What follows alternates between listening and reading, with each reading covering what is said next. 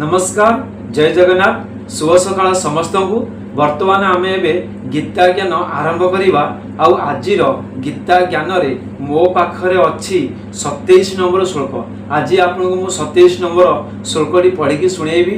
भगवान श्रीकृष्ण अर्जुन को यही श्लोक रे कौन कहते आम पढ़ा आउ गीता ज्ञान शुणिकी आमर मन आउ आत्मा को पवित्र करवा। एवं आपण सामने 27 नंबर श्लोक पढ़ी शुणाऊँ। ओम गुरुदेवाय नमः। ओम गुरुदेवाय नमः। ओम गुरुदेवाय नमः। एबे 27 नंबर श्लोक। प्रकृतो क्रियामाणानि गुणौ कर्माणि सर्वस्य अहंकार विमूढात्मा कर्ताहमिति मन्यते। कौन कहला ना प्रकृत क्रियमाणानि गुणौ कर्माणि सर्वस्व अहंकार विमूढ़ा कर्ता हमिति मान्यते। देखो यही श्लोकर जो अच्छी शब्दर टिके आम अर्थ बुझे चेष्टा करवा। कौन लिखाई ना प्रकृत अर्थ हूँ कौन प्रकृति रे क्रियमाणानि अर्थ हूँ कौन ना करा जाऊ थाए। तापर गुण अर्थ हूँ गुण मान द्वारा। तापर कर्माणि सर्वस्व देखो कर्माणि हूँ कौन समस्त कर्म आउ सर्वस्व हूँ कौन सबु प्रकार। अहंकार विमूढ़ आत्मा अर्थ हूँ कौन देखु जार अंतकरण अहंकार द्वारा मोहित हो जाइछि। तापरे कर्ता हमिति मन्यते आर अर्थ हूँ कौन ना मु कर्ता अटे मान्यता हूँ मने कर। देखु ये जो शब्द ये जो श्लोकर शब्द केते रहस्य भाव में लिखाई।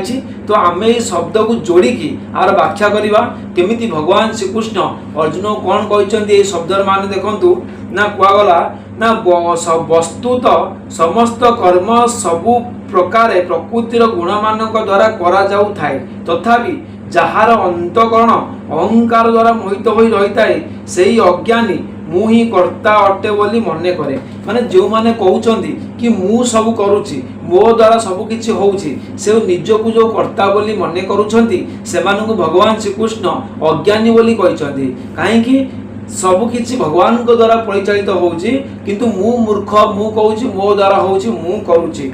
तो सही कथा कहला ए केउ लोक माने ए सब कहंती जार अंतकरण अहंकार रे भरी के अछि जे अहंकार युक्त मनीष से माने एपरी कल्पना करती। तापर कौन व्याख्या करागला ना समस्त कर्म सबु प्रकार प्रकृतिर गुण मान द्वारा करा जाए।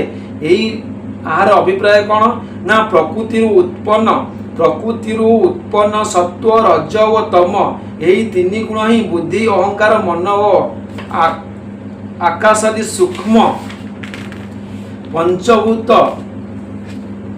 श्रोत्रादि 10 इंद्रिय शब्दादि पंच विषय यहीपरि 23 तत्व परिणत हो जाइए। देखु आमर 3टा गुण प्रत्येक मनुष्य भितर 3टा गुण रोचे कौन ना सत्व रज तम ये 3टा गुण रे आमे परिचालित होउचंदी। जार सत्व गुण भारी अच्छी बा सत्व गुण जार अधिका अच्छी से महापुरुष हो जाउची आउ रजगुण तम गुण जान अच्छी से राक्षस प्रकृतिर जार अधिका रजगुण आउ तम गुण अच्छी से राक्षस प्रकृतिर मनीष हो जाउची। देखंतु तापर कोन कहला शब्द सुनिबा कानर वस्तु को स्पर्श करिबा चर्मर माने जो इंद्रिय कथा कुआ गला कोन कहला चर्म रे आमे स्पर्श करिबा रूप देखिबा आखि रे रस आस्वादन करिबा जिह्वारे गंध सुंगिबा नाकरे शब्द उच्चारण करिबा बाणी रे वस्तु को ग्रहण करिबा हाथ रे गमन करिबा पाद रे मलमूत्र त्याग करिबा मल द्वारा और मूतेन्द्रिय कर्म द्वारा। तेणु उपरोक्त वाक्य रे भगवान सूचाई देइछंती जे संसार रे जो प्रकार एवं जहा किछि क्रिया हेउची सेही समस्त क्रिया उपरोक्त गुण मानक द्वारा ही करा जाय। निगुण मानक द्वारा आत्मा रे एमानक सहित वस्तुर कोनोसी संबंध नाही।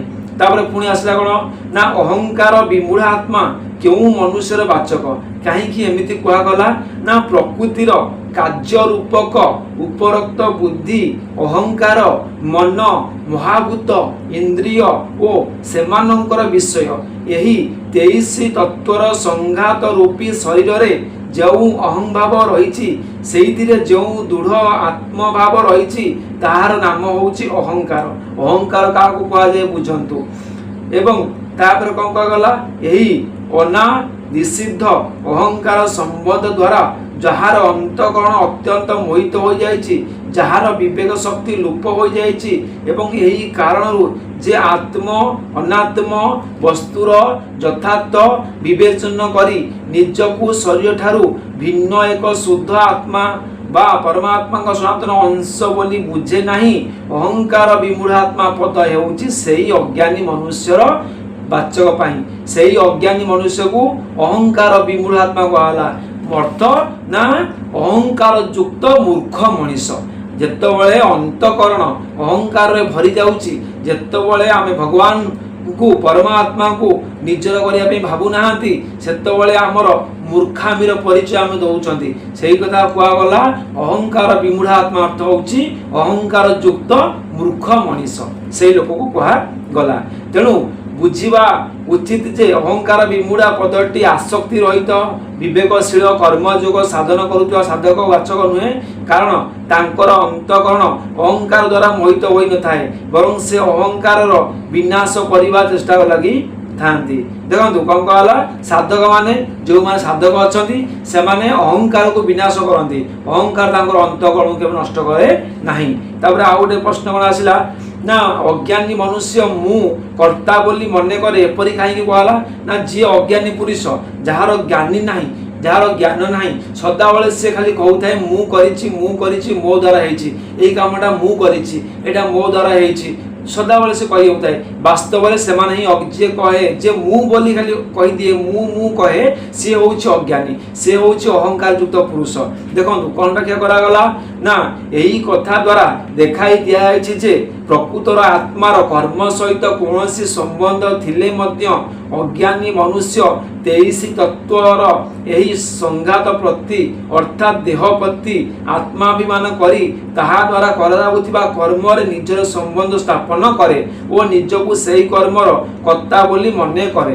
ଯେତେବେଳେ ଦେହ ଅଭିମାନୀ, ଏ ଦେହକୁ ନେଇକି, ଏ ଶରୀରକୁ ନେଇକି, ଏ ସୁନ୍ଦରତାକୁ ନେଇକି ମନୁଷ୍ୟ ଅଭିମାନ କରେ, ଆଉ ଅଭିମାନ ଦ୍ୱାରା ତାର ଏଇ ଯେଉଁ ବଳ ଦ୍ୱାରା, ଶରୀରର ବଳ ଦ୍ୱାରା ଯେଉଁ କର୍ମ କରେ, ସେ ସେଥିପାଇଁ ଆହୁରି ବେଶୀ ଅହଙ୍କାର କରେ କି ମୋର ଶକ୍ତି ଦ୍ୱାରା ମୁଁ ନିଜେ ସବୁ କରୁଅଛି।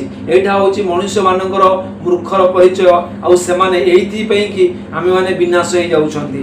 ତାର କ'ଣ କହିଲା, ଅର୍ଥାତ୍ ମୁଁ ନିଶ୍ଚୟ କରୁଛି, ମୁଁ ସଂକଳ୍ପ କରୁଛି, ମୁଁ ଶୁଣୁଛି, ମୁଁ ଦେଖୁଛି, ମୁଁ ଖାଉଛି, ପିଉଛି, ଶୋଉଛି, ଚାଲୁଛି ଇତ୍ୟାଦି ଭାବି ସକଳ ପ୍ରକାର କର୍ମ ନିଜ ଦ୍ୱାରା କରାଯାଉଛି ବୋଲି ମନେ କରେ। ତେଣୁ ସେ କର୍ମରେ ବାନ୍ଧି ହୋଇଯାଏ ଏବଂ ତାକୁ ସେହି କର୍ମର ଫଳଭୋଗ କରିବାକୁ ବାରମ୍ବାର ଜନ୍ମ ମୃତ୍ୟୁ ରୂପକ ସଂସାର ଚକ୍ରରେ ଘୁରିବାକୁ ପଡ଼େ। ଯେଉଁ ଲୋକ ସବୁ ମୁଁ ଶବ୍ଦ ଲଗାଉଛନ୍ତି ସେଇ ଲୋକ ହିଁ ସଂସାର ଚକ୍ରରେ ଘୁରି ବୁଲୁଛନ୍ତି, କେବେ ସଂସାର ଚକ୍ରରୁ ବାହାରି ପାରୁନାହାନ୍ତି।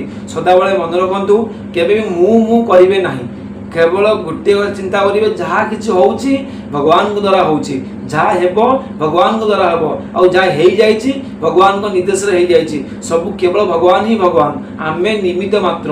ଏଇଟାକୁ ସଦାବେଳେ ମନେ ରଖିକି ଆମେ ଏ ସଂସାରରେ ଜୀବନ ବଞ୍ଚିବା ଆବଶ୍ୟକ। ଦେଖନ୍ତୁ ଆଜି ଆପଣଙ୍କୁ ମୁଁ 27 ନମ୍ବର ଶ୍ଲୋକଟି ପଢ଼ିକି ଶୁଣେଇଛି, ତ କାଲିକି ଆମେ 28 ନମ୍ବର ଶ୍ଲୋକ ଶୁଣିବା। ସେ ବନ୍ଧୁ ମୋତେ ବିଦାୟ ଦିଅନ୍ତୁ। ଏବେ ଆମକୁ ସମୟ ଇଶାରା କଲାଣି, ରହିଲି ଆଜ୍ଞା। ହର ହର ମହାଦେବ, ଶ୍ରୀ ଜୟ ଶ୍ରୀକୃଷ୍ଣ।